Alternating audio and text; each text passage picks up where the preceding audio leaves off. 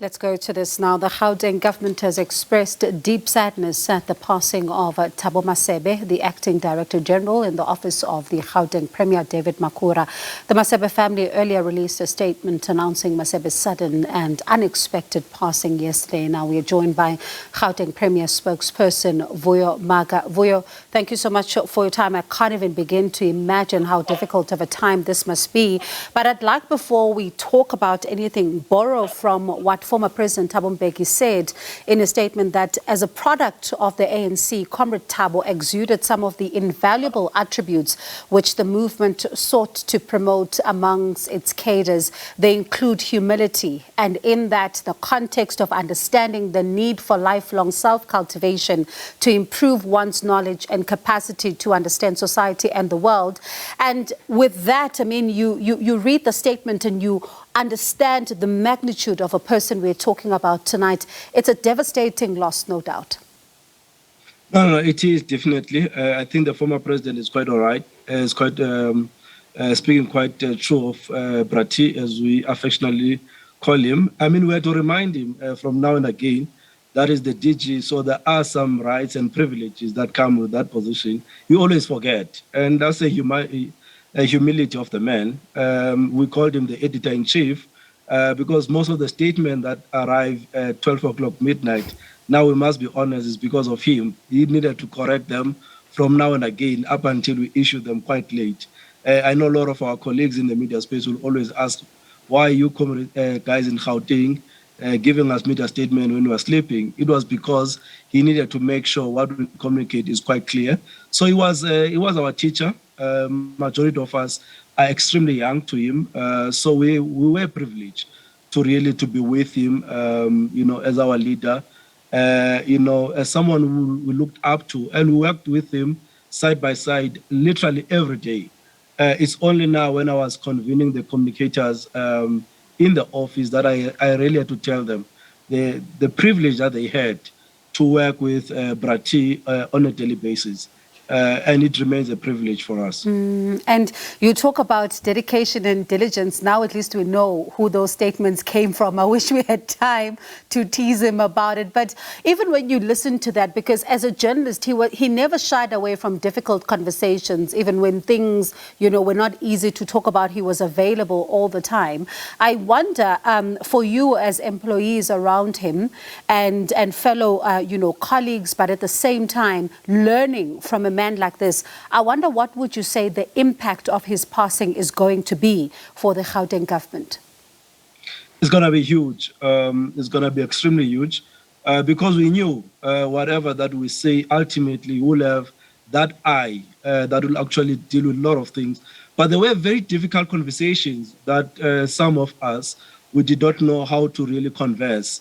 I mean, if you take, for example, the Charlotte Makhura matter, that I think we have taken quite a lot of time to communicate some of the reason and all that. And Brati was quite honest to the media and explained why some of there were delays and the people that got fired and all that. So it is that honesty to say, let's be honest to the residents of Gauteng.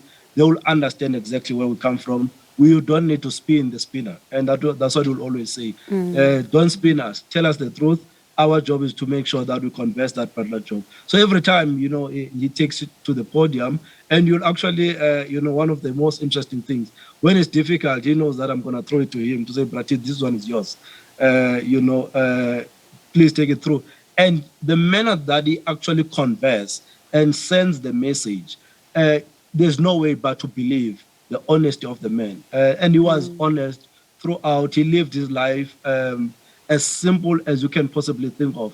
One of the things that I've said to a lot of colleagues, I know as a matter of fact, and this one I can take it and tell anyone, he was one of the most uncorruptible government officials. So in the midst of the dark cloud that really visited Gauteng around the PPEs, one man that I know as a matter of fact that will never be found wanting, it will have been Brati.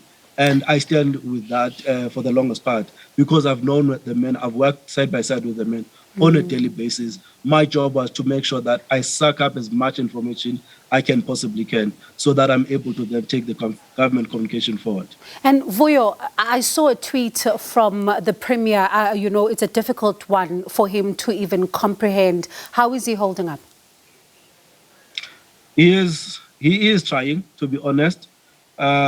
He has known Thabo for the longest of time.